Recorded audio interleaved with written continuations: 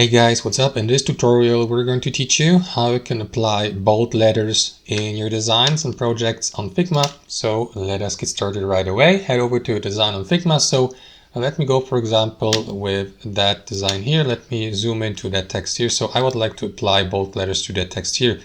Select the given text box with your left mouse, double click into the text to highlight it.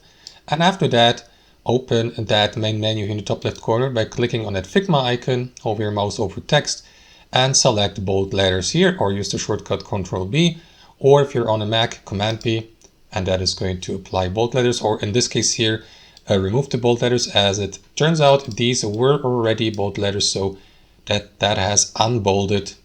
Does that word exist?